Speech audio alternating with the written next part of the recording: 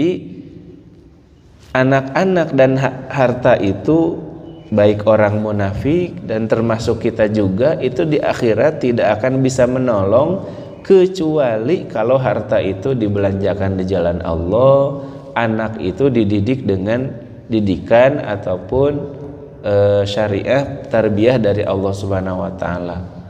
Anak yang hafal Quran bisa memberikan syafaat kepada orang tuanya, ya. Anak yang soleh bisa mendoakan orang tuanya sehingga pahalanya terus mengalir. Ya, tapi kalau tidak demikian, anak harta itu justru bukannya menjadi penolong, tapi malah yang membebani, yang menjerumuskan, ya, yang menggugat nanti di akhirat.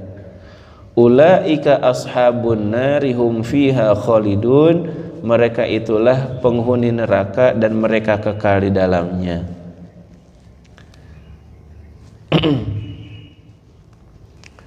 Nah, kemudian ayat yang ke-18 Allah Subhanahu wa taala berfirman masih tentang orang-orang munafik ini, ya. Yauma yab'atsuhumullahu jami'a. Ingatlah pada hari Allah membangkitkan mereka semua, fayahlifuna lahu kama yahlifuna lakum. Kemudian mereka itu bersumpah di hadapan Allah sebagaimana mereka bersumpah di hadapan kalian. Jadi Allah menyebutkan orang munafik itu nanti di akhirat juga bersumpah gitu. Karena kan apa? Dalam tafsir Ibnu Katsir disebutkan yahlifuna billahi azza wa jalla annahum kanu alal huda wal istiqamah kama kanu yahlifuna linnas fid dunya.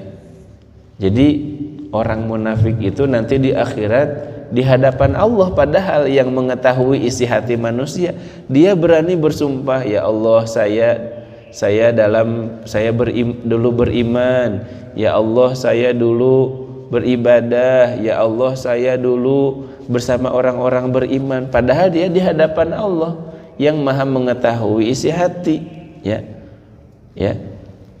Allah sangat mengetahui bahwa mereka itu dusta. Cuma maksudnya apa, ya? Maksudnya orang yang di dunianya biasa melakukan sesuatu, maka ketika dibangkitkan juga dia dalam keadaan sesuatu tersebut, ya. Kan disebutkan orang yang syahid, ya, orang yang syahid gugur di medan perang fisabilillah, maka akan dibangkitkan oleh Allah dalam keadaan dia itu badannya penuh dengan darah, penuh dengan luka. Tapi bukan berarti mereka kesakitan nanti dibangkitkan, mereka sehat, ya, dibangkitkan, tapi darah dan luka itu sebagai kebanggaan mereka di hadapan Allah. Ya Allah, kami dulu berjuang di jalan-Mu, dan darahnya menjadi wangi, ya, wangi, ya. Orang yang meninggal dalam keadaan beribadah, ya, dibangkitkan dalam keadaan beribadah. Orang yang meninggal ketika haji, kata Nabi, dibangkitkan dan dia di akhirat itu mengucapkan talbiyah labbaik Allahumma labbaik. Nah, jadi orang itu dibangkitkan dalam keadaan apa dia ketika meninggal. Nah, begitu juga orang munafik itu karena kebiasaan di dunia dia banyak bersumpah, ya, membohongi orang lain, ya, menipu orang lain. Kemudian dia juga di akhirat akan dibangkitkan bersumpah, biasa bersumpah, ya, seakan-akan mereka menyangka bisa menipu Allah, ya, padahal Allah Maha tahu. Fayahlifuna lahu kama yahlifuna lakum wa yahsabuna annahum ala syai', dan mereka mengira bahwa mereka akan mendapatkan suatu manfaat dari sumpahnya itu. Ala innahum humul kadzibun. Ingatlah mereka itu orang-orang yang berbohong, yang berdusta. Nah, ini masih tentang kemunafikan ya Bapak Ibu. Mudah-mudahan Allah Subhanahu wa taala menyelamatkan kita dari sifat munafik ini. Istahwadha alaihimus syaitanu, mereka telah dikuasai oleh setan ya. Mereka telah dikuasai oleh setan. Fa ansahum dzikrallah, sehingga mereka melupakan Allah.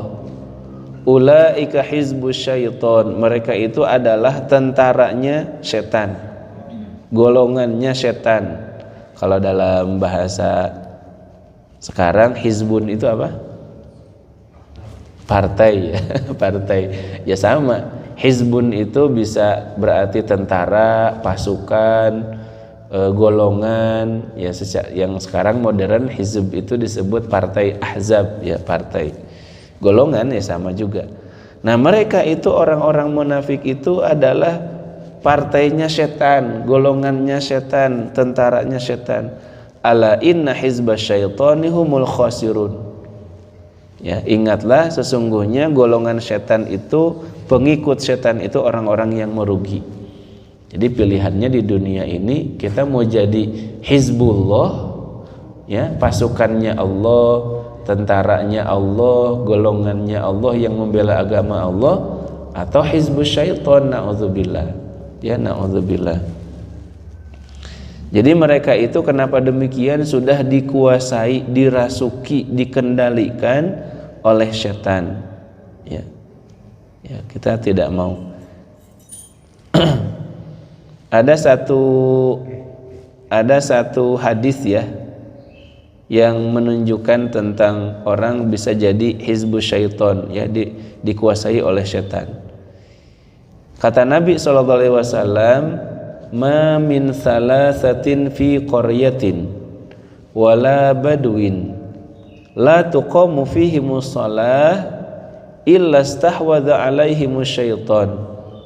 Nah, ini juga pesan ya untuk kita, jangan sampai ini terjadi. Jangan sampai terjadi. Kata Nabi, tidaklah ada 3 orang, maksudnya 3 orang ini minimal ya. Tidaklah ada 3 orang fi qaryatin, di kota, wala badwin, ataupun di kampung, la tuqamu fihi shalah, fihi musalla, mereka tidak mendirikan sholat berjamaah, maksudnya ya, bukan sholat berjamaah, illa stahwadha alaihimus syaiton, kecuali mereka itu telah dikuasai oleh setan. Jadi jangan sampai terjadi ya, kalau misalnya kita camping gitu ya di hutan, atau kita melakukan musafir ya, 3 orang di jalanan ya, di tempat asing ya, jangan sampai kita 3 orang tapi sholat masing-masing ya.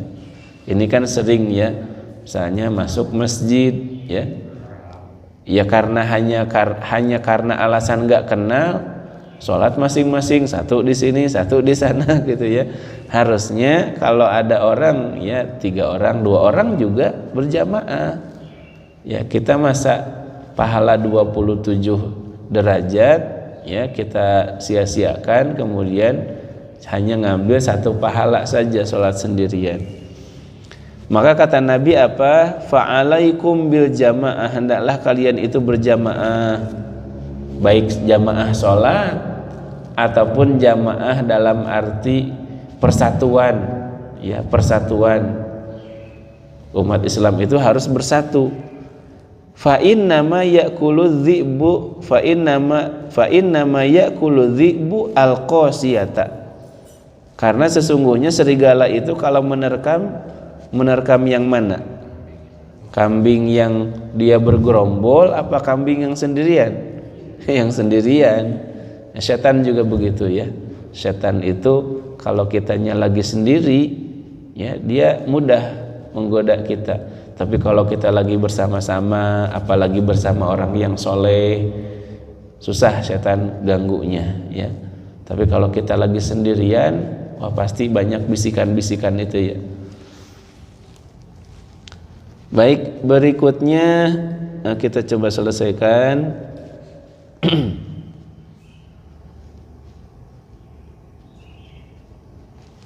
Allah Subhanahu wa taala berfirman, innal ladzina yuhadduna Allah wa rasulahu ulaika fil adzallin. Sesungguhnya orang-orang yang menentang Allah dan Rasulnya, ulaika fil adzallin, maka mereka itu termasuk golongan orang-orang yang terhina. Ya, orang yang menentang Allah dan Rasulnya, ya, penentangannya apa? Ya, penentangannya bisa bermacam-macam, ya. Tidak beriman ataupun tidak mau melaksanakan perintah-perintah Allah, atau dengan sengaja melakukan apa yang dilarang oleh Allah Subhanahu wa taala, atau misalnya menghinakan Islam dan kaum muslimin, ya. Orang-orang yang menentang agama Allah, menentang Allah, mereka itu fil adzallin, termasuk orang yang hina, meskipun di dunia dieluk-elukkan, ya. Memang tergantung penguasa juga, ya. Kalau penguasanya baik, soleh, insya Allah yang ikut penguasa juga orang-orang yang soleh. Tapi ketika penguasa, pemimpinnya orang-orang yang buruk, ya, seolah-olah orang yang buruk juga mendapatkan tempat.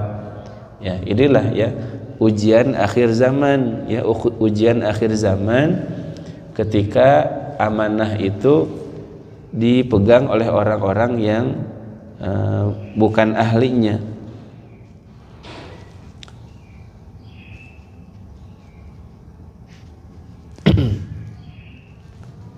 Kemudian kata Allah Subhanahu wa taala, kataballahu la aghlibanna ana wa rusuli innallaha qawiyyun aziz. Allah telah menetapkan, apa ketetapan Allah? La aghlibanna ana wa rusuli, sungguh aku dan para rasulku pasti akan menang. Nah, ini satu ketetapan, ya. Satu ketetapan bahwa apapun yang terjadi di dunia ini pasti akhirnya Allah dan Rasulnya serta orang-orang beriman akan menang. Kapan? Wallahu a'lam, ya. Wallahu a'lam. Sekarang memang kita dalam keadaan terpuruk, ya. Kaum muslimin bukan memimpin, ya, tapi kaum muslimin justru dipimpin, bahkan cenderung direndahkan, dihinakan. Tapi yakin, ya, kita yakin bahwa suatu saat Allah akan memenangkan Islam dan kaum muslimin ini. Kapan? Ya, tergantung kita orang-orang beriman, ya, tergantung kita. Makanya kita harus menyiapkan generasi mendatang, generasi yang terbaik, ya, generasi yang akan mengembalikan kejayaan Islam. Kalau kita mungkin sudah berumur, ya, kita siapkan anak-anak kita, ya, cucu-cucu kita, ya, untuk membangkitkan Islam. Sebab Allah sudah mengatakan, menetapkan la aghlibanna ana wa rusuli, bahwa kemenangan itu ada dalam ada di pihak Allah dan Rasulnya dan orang-orang beriman. Innallaha qawiyyun aziz. Sungguhnya Allah maha kuat, maha perkasa. Cuma Allah ingin melihat, ya, kita ini udah berusaha atau belum. Ayat yang terakhir ini terkait dengan sikap kita, ya, sikap kita orang-orang beriman, ya. Sikap kita itu harusnya seperti apa? Kata Allah Subhanahu wa taala, sikap orang beriman itu, la tajidu qauman yu'minuna billahi wal yaumil akhir. Wahai Muhammad, la tajidu, kalian engkau tidak akan menemukan qauman, suatu kaum, yu'minuna billahi wal yaumil akhir, yang kaum itu beriman kepada Allah dan hari akhir, yuwaduna man hadallaha wa rasulah, dia berkasih sayang dengan orang-orang yang menentang Allah dan Rasulnya. Nah, jadi orang beriman itu mustahil dia berkasih sayang memiliki ikatan hati ya dengan orang-orang yang menentang Allah dan Rasulnya. Maksudnya orang-orang kafir dalam urusan akidah ya, dalam urusan akidah. Tapi kalau dalam urusan dalam urusan muamalah mah boleh-boleh saja ya. Dalam surat Al-Mumtahanah nanti ya, kata Allah Subhanahu wa taala, la yanhakumullahu anil ladzina lam yuqatilukum fid dini wa lam yukhrijukum min diyarikum an tawallauhum wa tuqsitu ilaihim.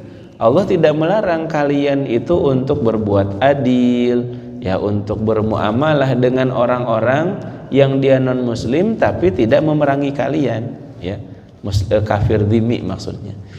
Tapi maksud di sini orang beriman itu tidak akan berkasih sayang ya, punya ikatan hati dengan orang-orang kafir. Kalau ikatan muamalah itu kan profesional aja ya, berbisnis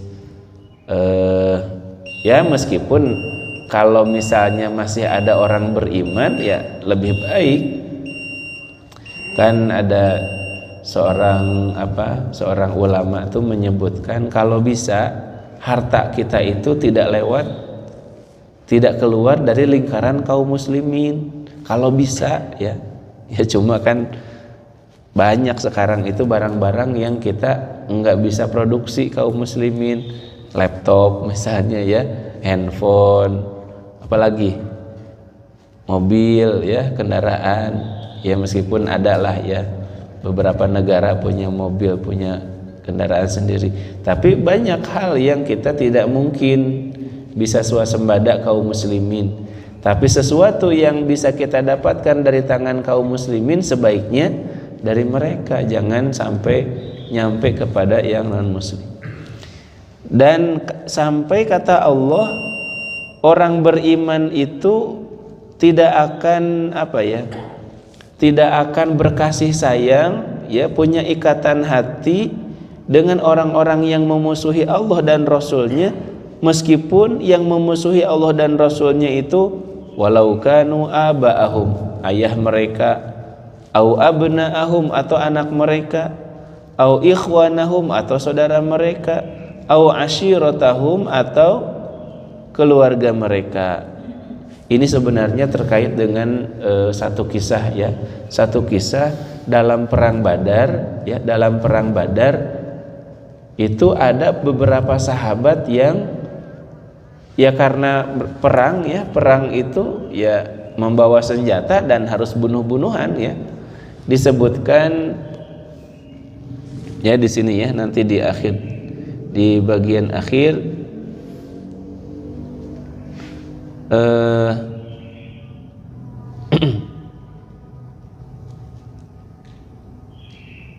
nah ini ya, diturunkan berkenaan dengan Abu Ubaidah bin Al-Jarrah yang membunuh bapaknya yang musyrik dalam perang Uhud ya.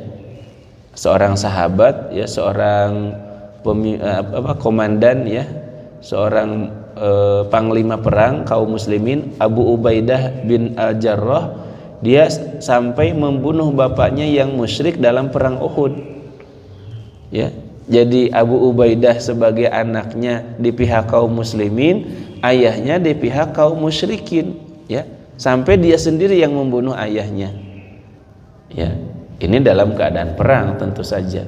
Tapi kalau dalam keadaan damai ya, seorang anak itu wajib dia tetap untuk birrul walidain ya, kepada orang tua yang masih belum muslim ya. Dalam surat Luqman kata Allah,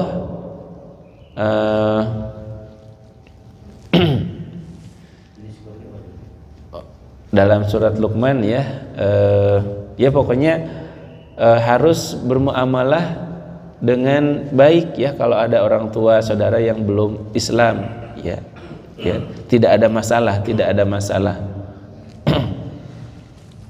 Kemudian ada lagi berkenaan Abu Bakar As-Siddiq yang hampir saja dia membunuh anaknya yang masih musyrik.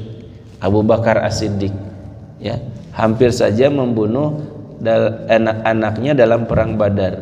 Kemudian saudara-saudaranya diturunkan berkenaan dengan Mus'ab bin Umair yang dia membunuh saudara kandungnya sendiri, Ubaid bin Umair, dalam perang Uhud. Jadi para sahabat itu kan mereka aslinya orang Mekah ya, tinggal di Mekah. Kemudian mereka berhijrah ke Madinah. Ketika pecah perang Badar, ya musuh mereka adalah saudara-saudara mereka sendiri yang dulu sama-sama di negeri Mekah. Nah, sampai seperti itu ya. Yaitu sekali lagi kalau mereka itu memerangi ya. Memerangi. Kalau tidak memerangi mah ya kita tetap wajib bermuamalah dengan baik. Contoh misalnya Umar bin Khattab pernah menghadiahkan jubah kepada saudaranya yang masih musyrik di Mekah, jubah dari sutra ya, ngasih hadiah, ngasih bantuan ya, tanya kabar ya, seperti keluarga biasa dalam urusan muamalah. Tapi kalau dalam urusan agama ya tidak boleh. Kita selesaikan mereka-mereka yang seperti itu ya, yang mereka berani berhadapan dengan keluarga sendiri ya, berani membela agama Allah meskipun di hadapan keluarga sendiri. Kata Allah, ulaika kataba fi qulubihimul imana wa ayyadahum biruhim min. Mereka itu yang telah Allah tetapkan keimanan dalam hatinya. Jadi saking imannya kuat, mereka berani ya. Bukan tega kalau di sini. Mereka berani mengenepikan urusan kekeluargaan demi membela agama Allah. Ya kalau dalam perang kan kalau enggak menyerang pasti diserang, kalau enggak membunuh dibunuh ya. Ya, mereka itu yang bisa demikian, mereka adalah orang yang sudah diteguhkan oleh Allah keimanannya, wa ayyadahum biruhim min. Dan mereka adalah yang telah dikuatkan ya dengan pertolongan Allah. Maka mereka itu wa yudkhiluhum jannatin tajri min tahtihal anhar. Allah akan memasukkan mereka ke dalam surga yang mengalir sungai-sungai, khalidina fiha, kekal di dalamnya, radhiyallahu anhum wa radu'an.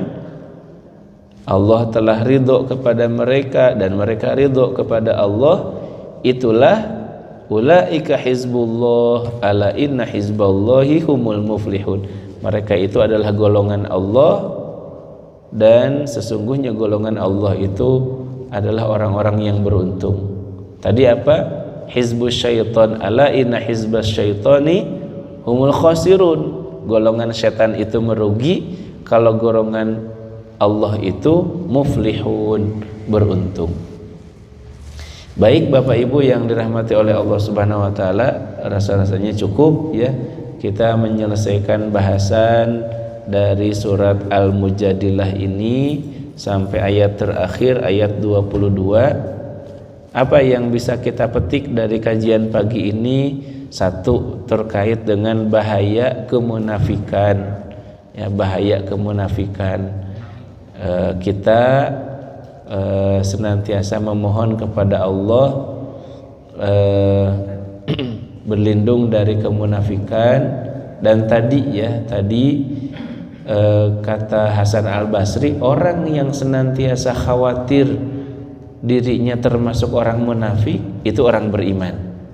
Sebaliknya orang yang merasa aman, yakin dia bukan orang munafik, yakin dia tidak akan diserang penyakit kemunafikan, dikhawatirkan, justru dialah orang yang munafik. Kemudian yang kedua tadi ada satu hadis yang menyebutkan bahwa apabila kita 3 orang atau lebih di suatu tempat, hendaklah kita menunaikan sholat berjamaah. Kalau tidak, itu termasuk orang yang dikuasai oleh setan.